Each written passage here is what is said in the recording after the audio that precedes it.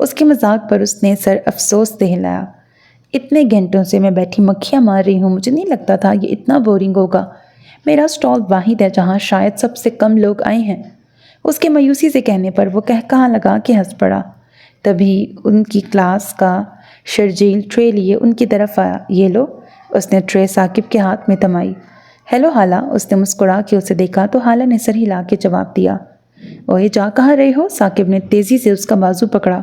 اپنے اسٹال پہ جا رہا ہوں۔ یہ ڈونیشن کیس نظر نہیں آ رہا؟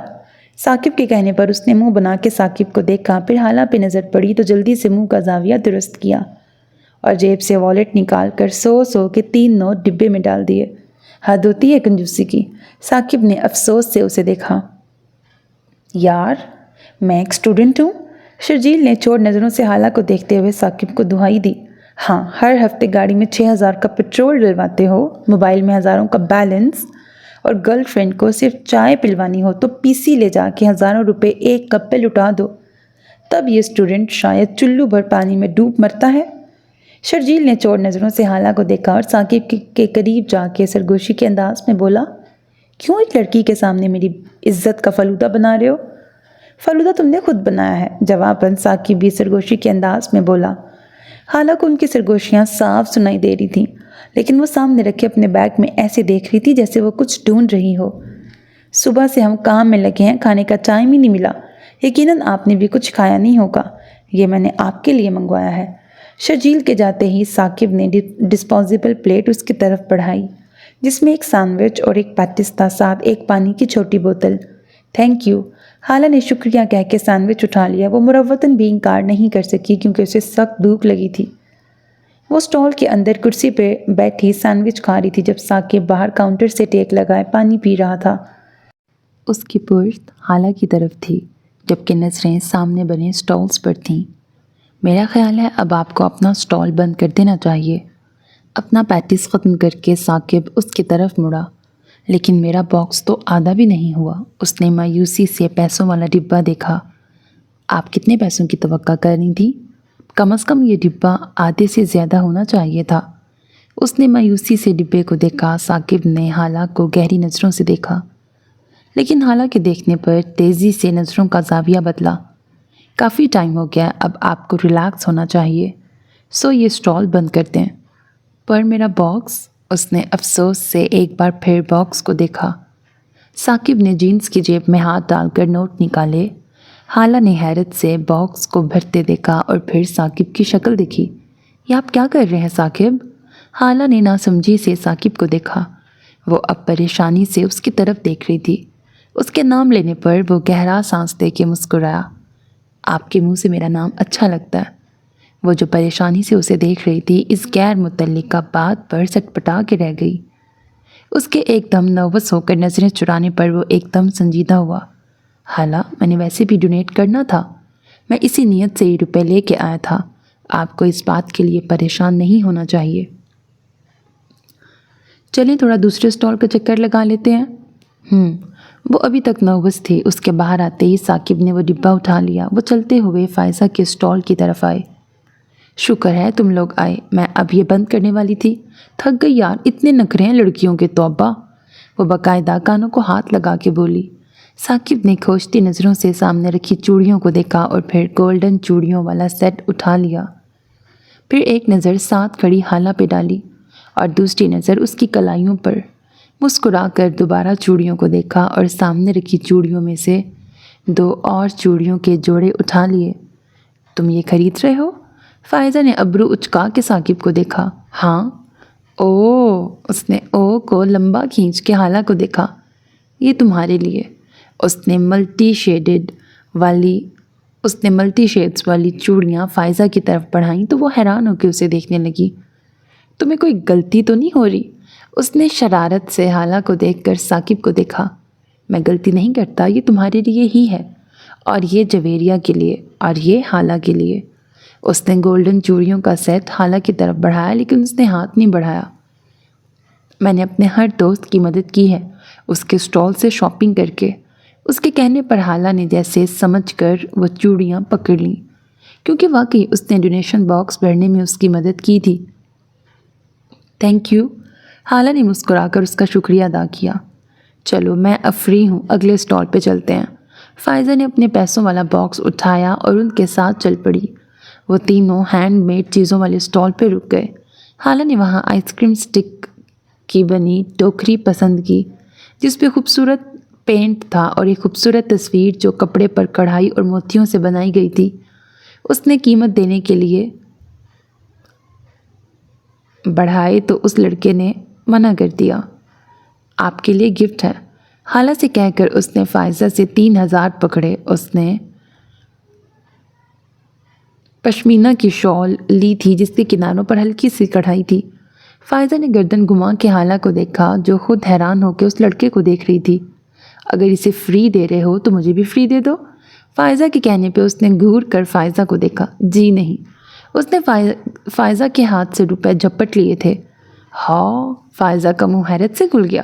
وہ کیا تمہاری پھپھی کی بیٹی ہے جسے گفٹ دے رہے ہو؟ ثاقب بھی ماتھے پہ بل ڈالے اس لڑکے کو دیکھ رہا تھا جو فدا ہوتی نظریں حالہ پہ جمائے ہوئے تھا۔ اس نے حالہ کے ہاتھ سے وہ چیزیں لے کے کاؤنٹر پہ تقریباً پٹکی تھیں۔ تمہارے تحفے کا بہت شکریہ، یہ ہماری طرف سے اپنی بہن کو دے دینا۔ ثاقب کے کہنے پر حالہ کی ہنسی نکل گئی جبکہ فائزہ کھلکھلا کے ہنس پڑی۔ حد ہوتی ہے۔ ثاقب نے دوبارہ غصیلی نظر اس پہ ڈالی اور آگے بڑھ گیا۔ چلو ہاتھ دکھاتے ہیں۔ فائزہ حالہ کا ہاتھ کھینچ کے بولی۔ پاگل ہو؟ حالہ نے اس عجیب حلیے والے لڑکے کو دیکھ کر پرجوش ہوتی فائزہ کو گھورا۔ تم یقین کرتی ہو ان سب پہ؟ ثاقب نے ابرو اچکا کے فائزہ کو دیکھا۔ میں یقین نہیں کرتی لیکن میرا موڈ ہے کچھ فن کرنے کا، کہہ کر وہ کاؤنٹر کی طرف بڑھ گئی تو مجبوراً حالہ اور ثاقب بھی اس کے ساتھ جا کے کھڑے ہو گئے۔ تم اچھی انسان ہو، ہر ایک سے مخلص۔ اس لڑکے کے کہنے پر فائزہ نے فخریہ انداز میں حالہ اور ثاقب کو دیکھا۔ تم جن میں محبت ڈھونڈتی ہو ان سے تمہیں محبت نہیں ملے گی۔ فائزہ کی مسکراہٹ سکڑی تھی۔ تمہیں چھوڑ دیا جائے گا، تم اکیلی رہ جاؤ گی۔ لیکن اس سے پہلے وہ مزید بات کرتا فائزہ نے اپنا ہاتھ کھینچ لیا اور گہرا سانس لیا جیسے خود کو کمپوز کر رہی ہو۔ تم ٹھیک ہو؟ حالہ نے پریشانی سے اس کا چہرہ دیکھا۔ ہاں میں بالکل ٹھیک ہوں، وہ مسکرا کے بولی۔ چلو ثاقب اب تمہاری باری۔ نہ بابا مجھے تو معاف رکھو۔ وہ دونوں ہاتھ اٹھا کے پیچھے ہوا۔ ڈر رہے ہو کہیں تمہاری پول نہ کھل جائے؟ فائزہ کے مذاق اڑانے پر ثاقب نے مسکرا کے اسے دیکھا۔ یعنی جو اس نے کہا تم مانتی ہو وہ یقین تھا؟ اس کے ابرو اچکا کے پوچھنے پر فائزہ نے گڑبڑا کر سرنفی میں ہلایا۔ حالہ تم دکھاؤ۔ حالہ نے سرنفی میں ہلایا۔ مجھے ان سب باتوں پر بالکل یقین نہیں۔ تم لوگوں نے دکھانا ہے یا میرا ٹائم ویسٹ کرنا ہے؟ وہ لڑکا ان کو یوں آپس میں باتیں کرتے دیکھ کر بیزاری سے بولا تو فائزہ نے حالہ کا ہاتھ پکڑ کے آگے کیا۔ اس لڑکے نے ایک بیزار نظر سے اس کے ہاتھ کو دیکھا اور کتنی دیر دیکھتا رہا یہاں تک کہ حالہ نے پریشان ہو کے اسے دیکھا۔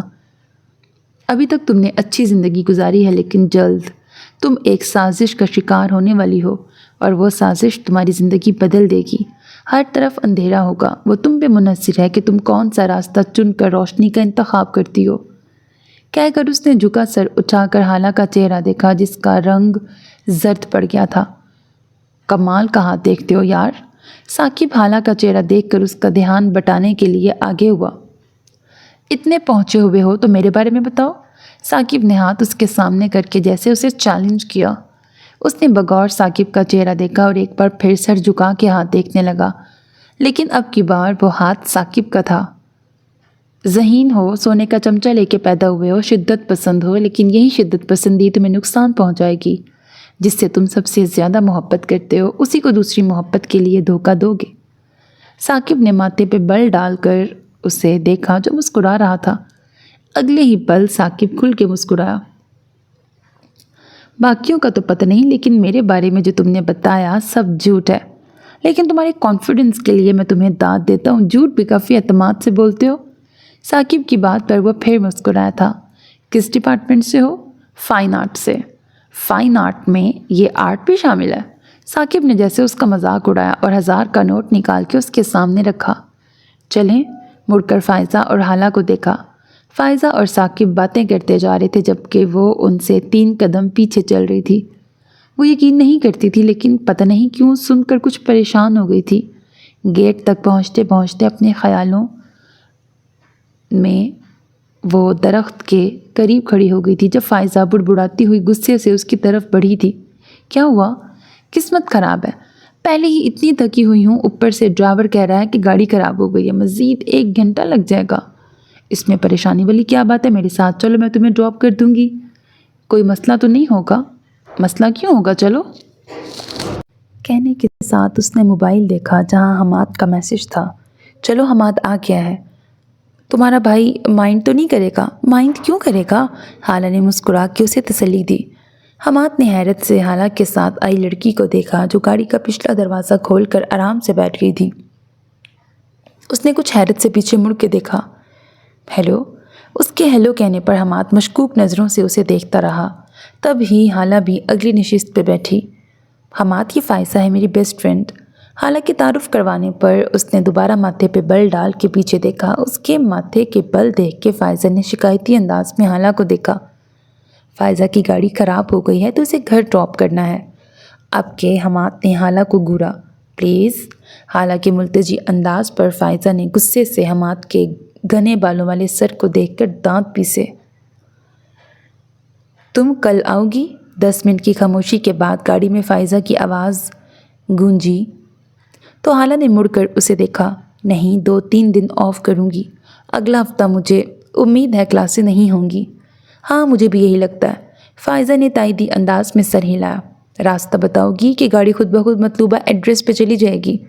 حماد کے طنزیہ انداز پر حالہ نے افسوس سے اپنے نخریلے بھائی کو دیکھا۔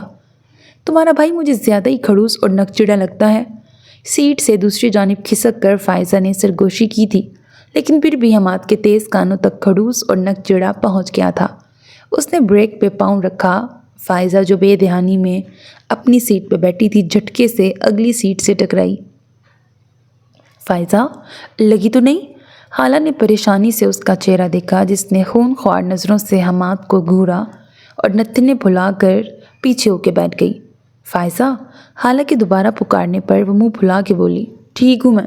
اس کے انداز پر حماد کے ہونٹوں پر آنے والی مسکراہٹ بڑی بے ساختہ تھی جسے وہ ہونٹ بھینچ کر چھپا گیا۔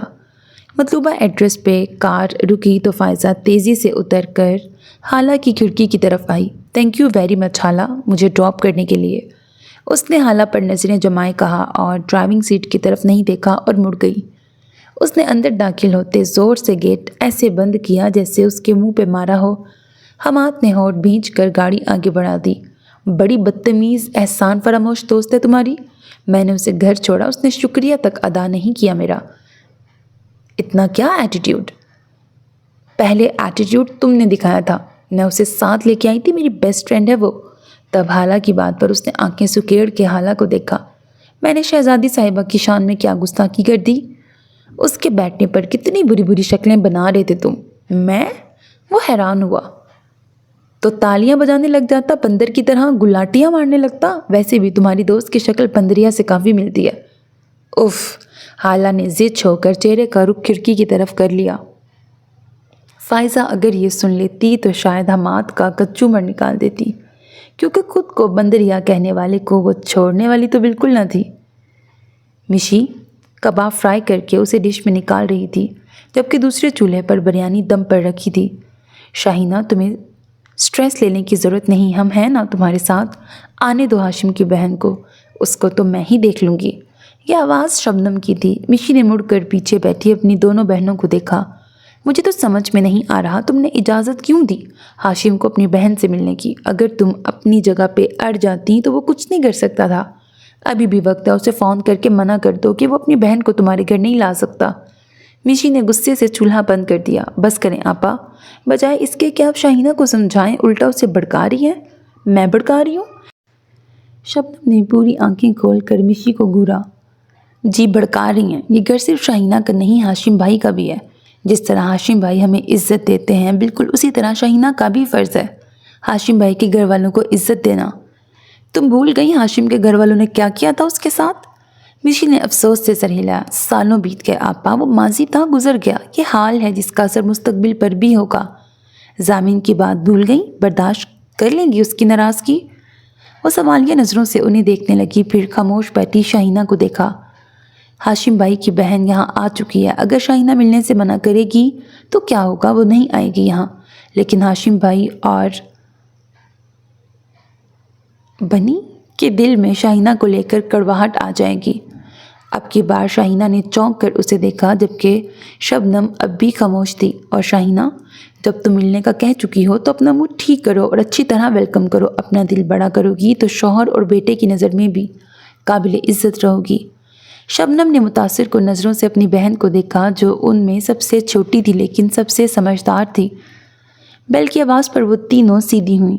آپ دونوں سے میں امید کرتی ہوں ماحول کو خراب نہیں کریں گی، مشی کہہ کر باہر نکل گئی۔ روبینہ نے اپنے سامنے بیٹھی بھابھی کو دیکھا، جس کے بیٹھنے کے انداز سے صاف لگ رہا تھا وہ مجبوراً وہاں بیٹھی تھی۔ شاہینہ بھابھی، آپ کیسی ہیں؟ روبینہ کے پوچھنے پر انہوں نے ایک نظر اسے دیکھا، تبھی نظر روبینہ کے ساتھ بیٹھے ضامن سے ٹکرائیں۔ وہ انہی کو دیکھ رہا تھا تو انہوں نے گلا کھنکار کے خود کو بولنے کے لیے تیار کیا۔ میں ٹھیک ہوں، آپ ٹھیک ہیں؟ جی اللہ کا کرم ہے، وہ مسکرا کے بولی۔ میں عرصے سے آپ سے ملنا چاہتی تھی، لیکن کچھ نہ کچھ حالات ایسے رہے کہ میں آ نہیں سکی، لیکن جو ہی ویزے کا بندوبست ہوا میں آپ لوگوں سے ملنے آ گئی۔ آپ نے بہت اچھا کیا، ہاشم بھائی آپ کو بہت یاد کرتے تھے، مشی نے مسکرا کر کہا تو روبینہ نے پیار سے اپنے بھائی کو دیکھا، جس پر شبنم اور شاہینہ نے برا سا منہ بنایا۔ پھپھو، اب آپ جتنا عرصہ یہاں ہیں ہمارے پاس رہیں گی، ضامن نے ان کو بازو کے حلقے میں لے کر کہا۔ انہوں نے پیار سے اس کا گال سہلایا۔ ہاں میری جان، کیوں نہیں، لیکن ہماری بکنگ ہے ہوٹل میں۔ کوئی بات نہیں، ہم کینسل کروا دیں گے، وہ ان کے گرد ہلکا تنگ کرتے بولا۔ نہیں ضامن بھائی، ہم آپ کو تکلیف نہیں دینا چاہتے۔ اسد اپنی ممانی کا روکھا پھیکا انداز دیکھ کر پہلے ہی گھبرا چکا تھا۔ ضامن ٹھیک کہہ رہا ہے روبی، اتنے عرصے بعد ہم ملے ہیں، میں چاہتا ہوں تم میرے ساتھ رہو، مجھے تم سے ڈھیروں باتیں کرنی ہیں۔ ہاشم نے ان کا ہاتھ تھام کر کہا تو ان کی آنکھیں بے ساختہ بھیگی تھیں، اس نمی کو چھپانے کے لیے وہ نظریں جھکا گئیں۔ شبنم منہ بناتے ضامن کی طرف دیکھ رہی تھیں، جس نے بڑے پیار سے اپنی پھپھو کو اپنے حصار میں لے رکھا تھا۔ جلن کی ایک لہر ان کے پورے وجود میں دوڑ گئی تھی۔ ویسے انی، ہو تم بڑے بے وفا، بچپن سے لے کے آج تک تمہیں اپنے بچوں سے زیادہ پیار کیا، لیکن صرف ایک دن میں اپنی پھپھو کے آتے ہی تم سب بھول گئے۔ سچ کہتے ہیں خون اپنا اثر ضرور دکھاتا ہے۔ ان کے چہرے سے ناراضگی واضح جھلک رہی تھی۔ ضامن کے ساتھ باقی سب نے بھی چونک کر انہیں دیکھا۔ اگلے ہی پل ضامن کھلکھلا کے ہنس پڑا۔ خالہ، مجھے جلنے کی بو آ رہی ہے۔ ہاں اڑا لو میرا مذاق، وہ مزید منہ پھلا کے بولی۔ آپا، آپ بھی نا کبھی کبھی بچوں والی باتیں شروع کر دیتی ہیں، مشی نے بظاہر مسکرا کر لیکن تنبیہی انداز میں انہیں کہا۔ میں نے کھانا لگا دیا ہے، آ جائیں، مشی نے مسکرا کے سب کو بلایا۔ تمہارا بہت بہت شکریہ مشی۔ سب ابھی لاؤنج میں تھے جب ہاشم صاحب ٹیبل سیٹ کرتی مشی کے پاس آئے۔ شکریہ والی کیا بات ہے ہاشم بھائی؟ بات ہے مشی، یہ تمہاری ڈیوٹی نہیں تھی، شاہینہ کی تھی، اور مجھے پتہ ہے تم نے ضرور اسے سمجھایا ہے، تبھی وہ ابھی تک خاموش ہے۔ آپ اپنی بیوی کے بارے میں اتنا نیگیٹو کیوں سوچتے ہیں؟ اب جو جیسا ہے ویسے ہی سوچوں گا نا، ان کے منہ بنانے پر مشی ہنس پڑی تھی۔ اپنی سوچ کو پازیٹیو بنائیں، کیونکہ رہنا آپ نے میری بہن کے ساتھ ہی ہے۔ اچھا یاد کروا دیا، میں زیادہ ہی ہوا میں اڑ رہا تھا۔ وہ ڈرنے کی ایکٹنگ کرتے ہوئے کرسی کی طرف بڑھ گئے۔ گاڑی سے باہر نکل کر اس نے جھک کر ڈرائیونگ سیٹ پہ بیٹھے لڑکے کو مسکرا کر ہائے کہا، اور گاڑی کے مڑتے ہی اس نے گلے میں لیا دوپٹہ تھوڑا پھیلا کے خود پہ لیا اور ترچھی نظروں سے ارد گرد کا جائزہ لیا، جہاں 3-4 لڑکے اسی کے انتظار میں کھڑے تھے۔ اس نے سٹائل سے بالوں پہ ہاتھ پھیرا اور چہرے پہ مغرورانہ تاثرات لیے آگے بڑھنے لگی، لیکن سامنے سے آتے شاندار آدمی کو دیکھ کر اس کے قدم بے اختیار رکے تھے۔ وہ بغور اسے دیکھ رہی تھی، جبکہ وہ اس پہ ایک نظر ڈالے بغیر اس کے قریب سے گزر گیا تھا۔ وہ حیرت کے مارے دنگ رہ گئی۔ وہ اتنی خوش شکل اور سٹائلش تھی کہ لوگ اسے رک کر ضرور دیکھتے تھے۔ اس نے پلٹ کر پیچھے دیکھا، وہ سیدھا چلتا جا رہا تھا۔ اس نے غصیلی نظر اس لوہے کے براؤن دروازے پہ ڈالی جہاں سے وہ نکلا تھا۔ اس نے پہلے بھی اسے کومل کے گھر سے نکلتے دیکھا تھا۔ آخر اتنا امیر آدمی کومل کے گھر کیوں آتا ہے؟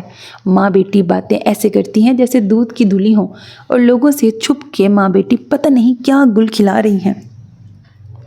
اس نے ایک لمحے کے لیے سوچا اور اگلے ہی پل وہ دروازے پر دستک دے رہی تھی۔